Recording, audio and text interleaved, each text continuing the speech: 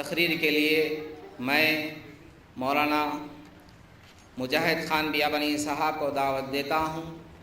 السلام علیکم۔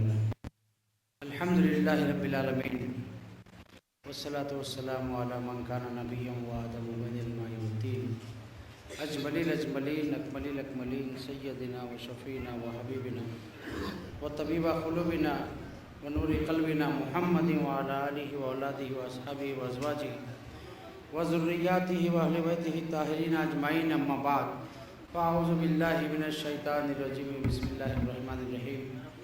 قال اللہ تعالی فی القرآن الحکیم وَأَمَّا مَنْ خَافَ مَقَامَ رَبِّهِ وَنَهَى النَّفْسَ عَنِ الْهَوَىٰ فَإِنَّ الْجَنَّةَ هِيَ الْمَأْوَىٰ۔ قال غوث العظم رضی اللہ تعالی عنہ قدم هذه رقبتی علی کل ولی اللہ، صدق اللہ العظیم وصدق رسولہ النبی الکریم ونحن علی ذلک لمن الشاہدین والشاکرین۔ آپ تمام حضرات نبی والے نبی کی بارگاہ میں درود و سلام کا نذرانہ پیش کریں۔ اللہم صلی علی سیدنا محمد وعلی آلِ سیدنا محمد وسلم، اس یقین کے ساتھ کہ آقا دو جہاں رحمت کون و مکان اہل محبت کے درود کو بذات خود اپنے گوش مبارک سے سماعت فرماتے ہیں۔ ایک مرتبہ اور درود پاک پڑھیے۔ اللہم صلی علی سیدنا محمد وعلی آلِ سیدنا محمد مبارک وسلم۔ ان اللہ و ملائکتہ یصلون علی النبی یا ایہا الذین آمنوا صلوا علیہ وسلموا تسلیما۔ اللہم صلی علی سیدنا محمد وعلی آلہ واصحابہ وعلی وارث کمالہ سیدنا وغوثنا غوث العظم ابو محمد شیخ عبد القادر جیلانی شیئا للہ اغثنی وامددنی بحق لا الہ الا اللہ محمد رسول اللہ۔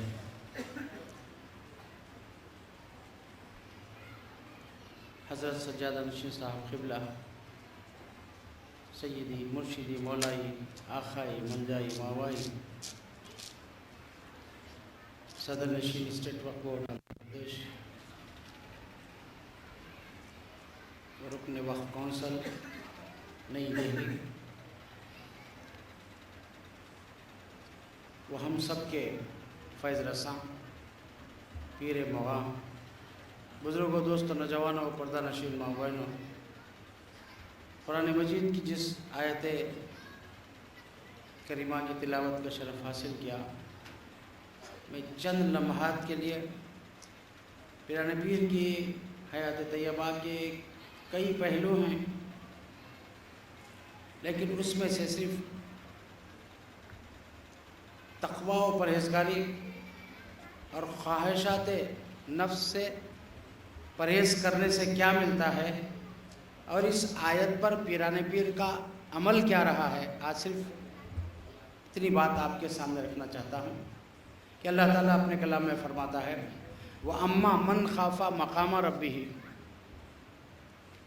اور جو اپنے رب کے حضور ڈرتا ہوا حاضر ہوتا ہے، وَنَهَى النَّفْسَ عَنِ الْهَوَىٰ، اور خواہشات نفسانی سے پرہیز کرتا ہے، فَإِنَّ الْجَنَّةَ هِيَ الْمَأْوَىٰ، اللہ تعالیٰ ایسی ہستیوں کے لیے جنت کی خوشخبری کا اعلان فرما رہا ہے کہ انہی لوگوں کا تو ٹھکانہ جنت ہے جو اللہ کے حضور ڈرتے ہوئے حاضر ہوتے ہیں اور خواہشات نفسانی سے پرہیز کرتے ہیں۔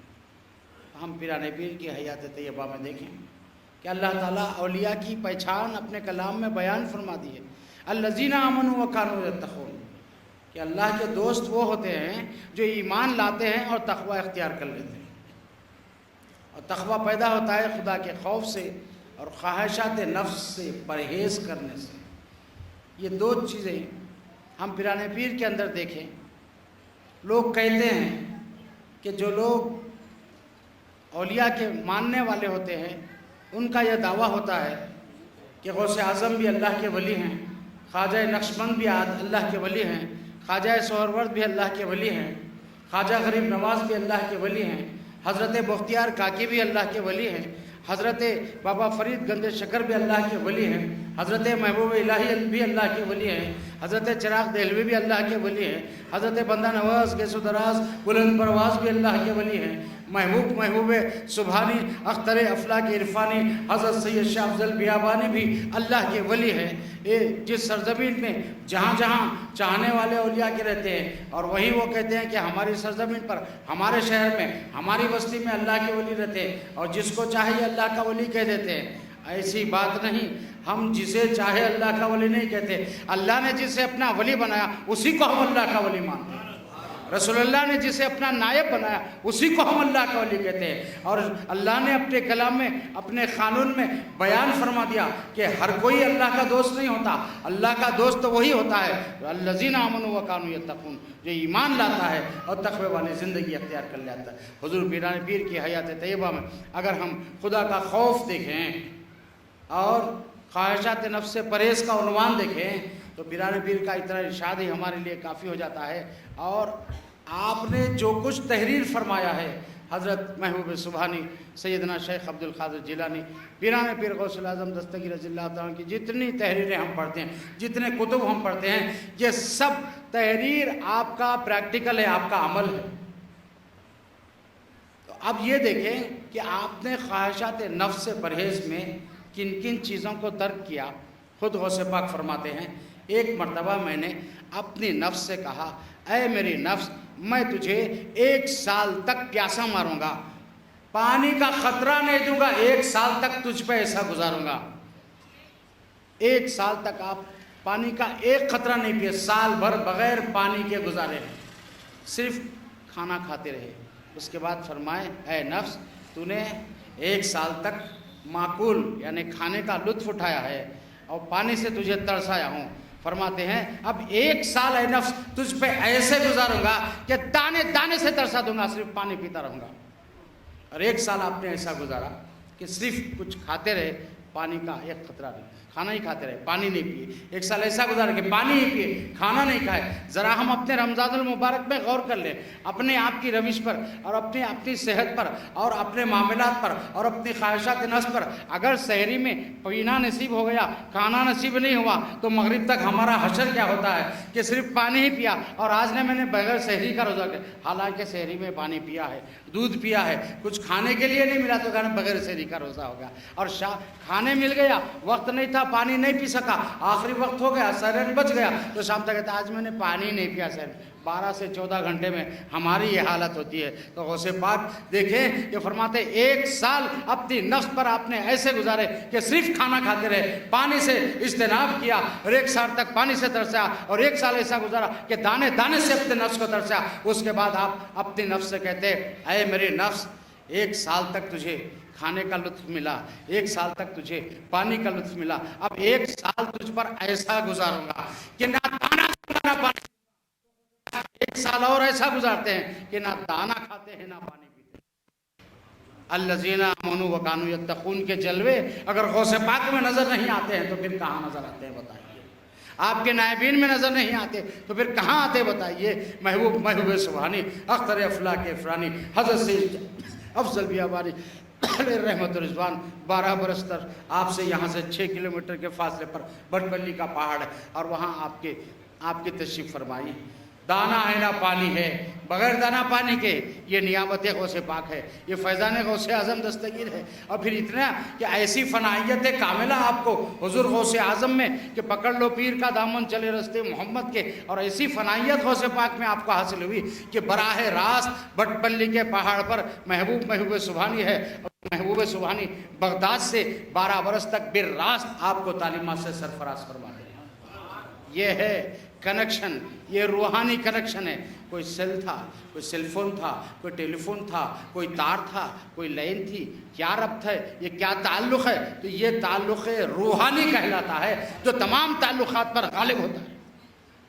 سارے تعلقات ٹوٹ جاتے ہیں لیکن روحانی تعلق دنیا کے پیران پیر اعلان کرتے ہیں، بغداد شریف قدمی حاضی رقبتی اللہ کلی ولی اللہ، یہ میرا قدم تمام اولیاء اللہ کی گردنوں پر. تو جو اولیاء ماں کے پیٹوں میں ہیں وہ اپنے ماں کے پیٹوں ہی سے اپنی گردنوں کو جھکاتے ہیں. جو اولیاء اللہ کوہستانوں بیابانوں پہاڑوں میں ہیں وہ وہیں اپنی گردنوں کو جھکاتے ہیں. یہاں تک کہ حضرت سیدنا خواجہ معین الدین چشتی، جن کو ہمارے دادا حضور دین دنیا کی پشتی سے یاد فرماتے تھے، وہ غریب نواز 17 برس کی عمر ہے اور غزن کی پہاڑیوں میں محویت انوار الہی میں 17 برس کی عمر میں ہے، محویت انوار الہی میں ہے. اور آپ کو بغداد سے پیران پیر کی آواز غزن پہنچ رہی ہے، کوسوں دور، ہزاروں میل دور، اور وہاں حضرت غریب نواز اپنے سر کو اپنے قدموں تک جھکا کے کمان بن جاتے ہیں اور عرض کرتے ہیں، نہیں نہیں، لا لا، نہیں نہیں، اے شیخ عبد القادر جیلانی، اے غوث الاعظم دستگیر، آپ کے قدم میری گردن ہی پر نہیں. فرماتے ہیں غریب نواز،